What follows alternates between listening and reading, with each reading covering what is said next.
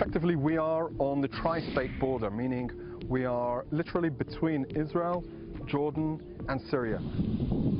The villages around us here are all controlled by the Islamic State affiliate, and we see them frequently on this hill. We see them training, acrobatics, running, and we've even heard them firing, shooting target practice. It's around 40,000, 50,000 Syrian residents that live in that area, with about 1,000 Islamic State operatives that manage the area.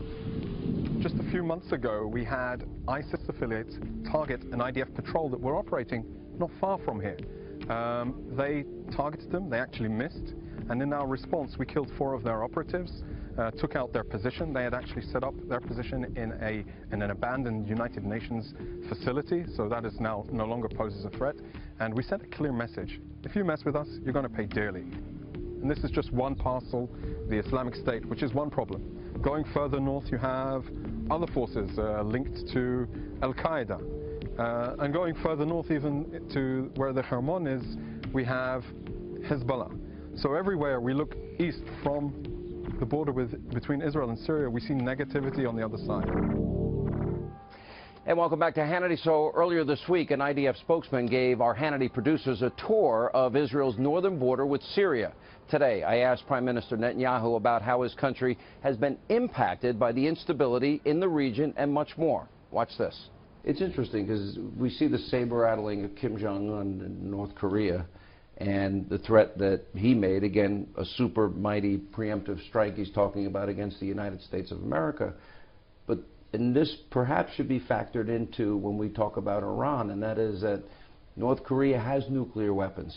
Now, they would like ICBM capability, marry those nuclear weapons, then they'd have the capability of reaching the continental United States.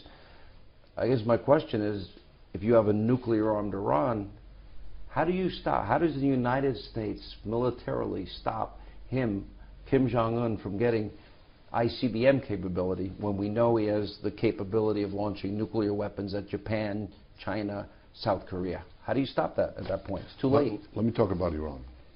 I think it's immensely dangerous to have a regime, which is not merely a rogue regime, but one here, in this case of Iran, which is, I think Henry Kissinger put it best. He said, it's a cause, it's not a country, Iran. What is the cause? Caliphate.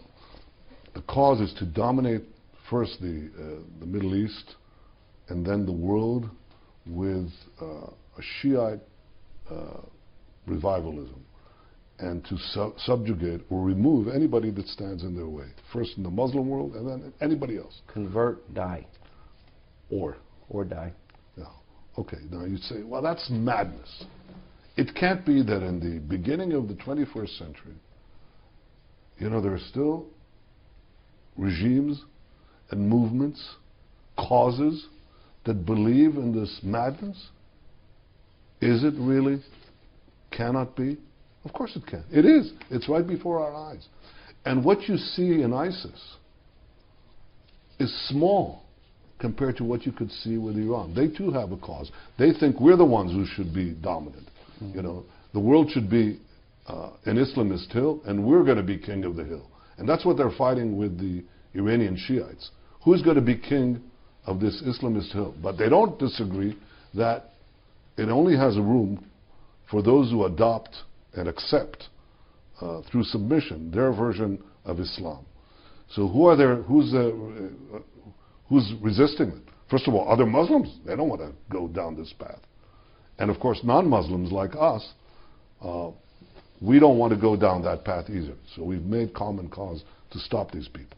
But the question right now is, what will happen in this battle if an Islamist state, an Islamist terrorist state, which is what Iran is, the preeminent terrorist state of our time, has the weapons of mass terror, nuclear weapons. You can imagine that this mad scheme, this mad ideology will have the powers to intimidate the world and do irreparable damage. We cannot allow that to happen. In the case of Iran, clearly it hasn't yet happened. And if we are resolute in our policies, very firm in our policies, we can make sure it doesn't happen.